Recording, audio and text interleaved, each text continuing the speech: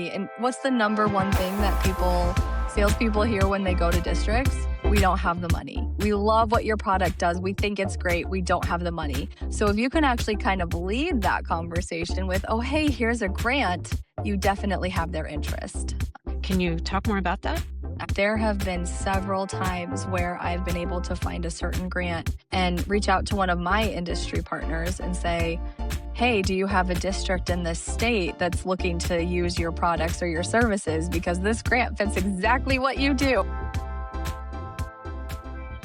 Welcome to the Alchemy K-12 podcast. I'm Claire Hollenbeck. And I'm Claire Harrison. And today we're diving into education grants with our guest, Susan Gentz. Susan is a partner at K-20 Connect and a veteran policy specialist. She got her experience working on education policy as a staffer in both the Iowa House and the U.S. Senate.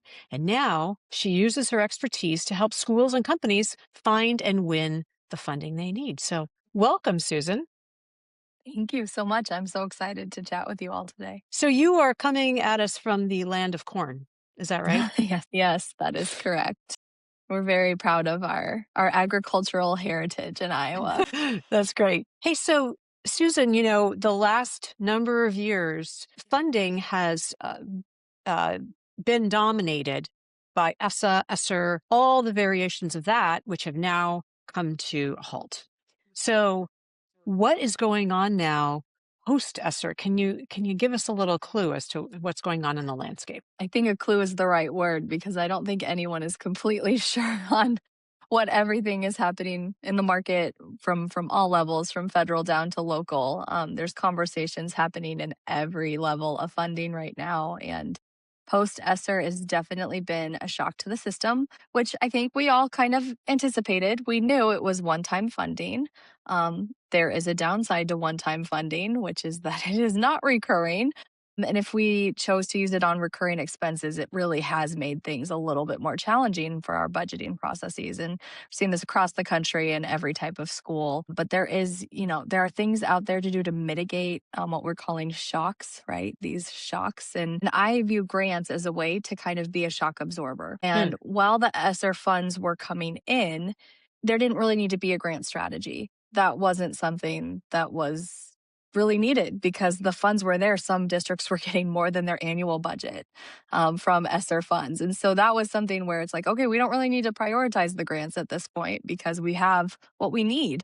And that certainly has now shifted, even back into last year, seeing that. And also with that, the federal changes of how we decided, how it was decided that the Department of Ed was going to be split among different agencies, felt like there was a lot of just paralyzation last year of only spend the bare minimum because we have no idea what's coming next. And I think that we're kind of starting to see that thaw a little bit. We're feeling a little bit more confident we saw the budget, the federal funds aren't changing a whole lot. That was a big relief, I know, to many district leaders across the country, but there still is room to make up some of the difference from the funds that were coming in to keep some of the things that really worked during ESSER/COVID years that we want to keep. And that might require getting a little creative with where we find the money to keep those things going. And so, we'll get to this, but I do write grants, but I don't like to really do it for districts because they tell the story. They're so good at telling the story. But there's a place for people like me and our industry partners to even alert the districts to the opportunities. And that really is something that gets missed at the district level. And, even large school districts don't even have grant people anymore. They'll have maybe a director of state and federal programs, which would be kind of like the closest to a grant team. But a lot of them, we're seeing they just don't have the staff that can do it. And so if no one's searching, then there's no way to go after it. That's where I think, everyone on here and how I can really help districts as they start to formulate a strategy. Susan, when you think about coming out of kind of in this post-ESSER world, are there any lessons or best practices that you recommend folks take forward with them as we go through 26?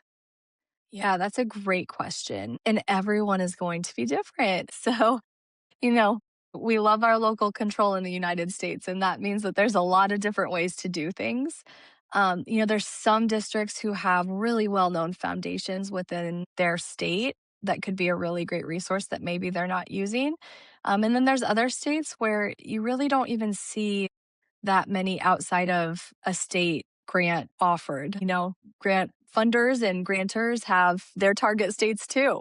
And so if your state isn't on that list, that gets a little bit more challenging. But yeah, there's definitely all the different levels of them are going to play into what your strategy looks like and what you're going to go after. Great. And so you were talking about the fact that education partners, companies that are selling into schools and districts, that they can lend a helping hand here. Can you talk more about that? Absolutely. There have been several times where I've been able to find a certain grant and reach out to one of my industry partners and say, hey, do you have a district in this state that's looking to use your products or your services? Because this grant fits exactly what you do. And there's a really good way to bring that opportunity. And what's the number one thing that salespeople hear when they go to districts? We don't have the money. We don't have the Right. money. We love what your product does. We think it's great. We don't have the money. So if you can actually kind of lead that conversation with, oh, hey, here's a grant, you definitely have their interest. And it's been and I would say especially post-ESSER, I have seen this work like I don't know, I don't want to give the wrong number here. I think I've seen like 5 campaigns and 2 of them was even they didn't even have a potential customer there yet. It was they just told people about a grant and then they were in conversation with the district. So there's a really effective strategy with using that. And then oftentimes, even if the district doesn't win the grant, they're very still interested and maybe priorities shift after they see the need and how you meet it and put that together. Or at the very least, in 2 years when they have budget, you're the first name they think of. The grant game is a long game. I will say that. It's you get a lot of no's. You get a lot of no's in Grantland, and it can be discouraging. But like I said, when you get that yes, it is worth all of the hard work and even the ones where you got no's on, because now you know you've got the messaging. And crafting that messaging is hard. You can read a foundation, like you can read what their priorities are, but unless they're actually talking to you, you may just be slightly off of what their actual funding priority is. All of them will say STEM, workforce development, but maybe they're focused on like getting welding machines somewhere and you're a curriculum. So you have to really align with the values, which sometimes feels like a strike of lightning for that to happen. But when it does, you know you found the perfect partner. And that is worth a lot. And someone who's probably going to continue to fund once you find who that person is. And so, to what extent do education partners actually help districts with language, write a Mm. grant so that they're able to have their solution be part of what that district is going after? Yeah. Well, the number one thing I want to say here is don't write your company name into the grant, please. No, no, no, no, not that. There, it happens. It even happens in state policy. I've seen it. And to them and that person, I say, wow, you have a really good lobbyist. But ideally, you are providing a tool. And obviously, depending on how much it costs for purchasing, it might need to go to bid. That might be part of it.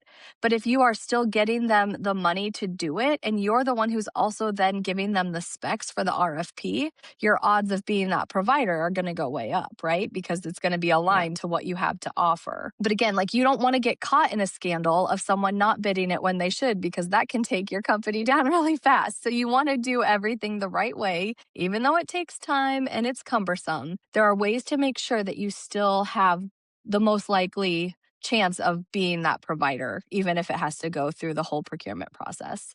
Speaking of kind of the hot funds or the ones that are getting the attention that had success during ESSER and continue now, you mentioned STEM, you mentioned some of the early successes. What about things like CTE and workforce? We're starting to hear that those are also popping up in the funding world. Are you seeing that as well? Absolutely. And some of them under the guise of STEM.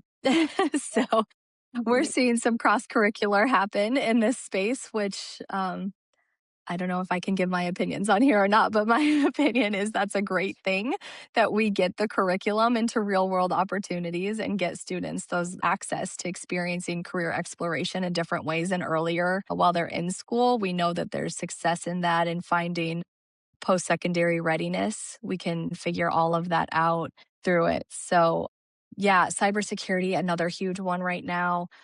Um, a lot of, we can't say DEI really anymore to fund, but there are a lot of grants out there that are still supporting concepts that fall within that, and still even going back to SEL a little bit. Not seeing that term as much either, but like ways to support mental health. We see a lot of those and what that looks like. And that can be preventative or it can be providing funds for counselors to be in the schools.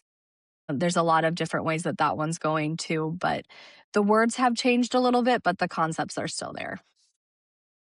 So I think that it's really important when you see a grant to not be scared of it. It's telling your story. That's what it is. If you also can tell the story and pull at the heartstrings, you have a winning combination. You've got the hard data and the data that actually is meaningful. And those are two really important things when you're going after a grant. So don't be scared. I think that's how I'd like to start things. That's great. And we can connect to your LinkedIn, to your email, so folks can be able to contact you and ask you more questions, Yeah. everything like that. Yeah. So Happy to send Susan that out. from K20 Connect, Susan Gentz, thank you so much for being on the Alchemy K-12 podcast. Thank you for having me.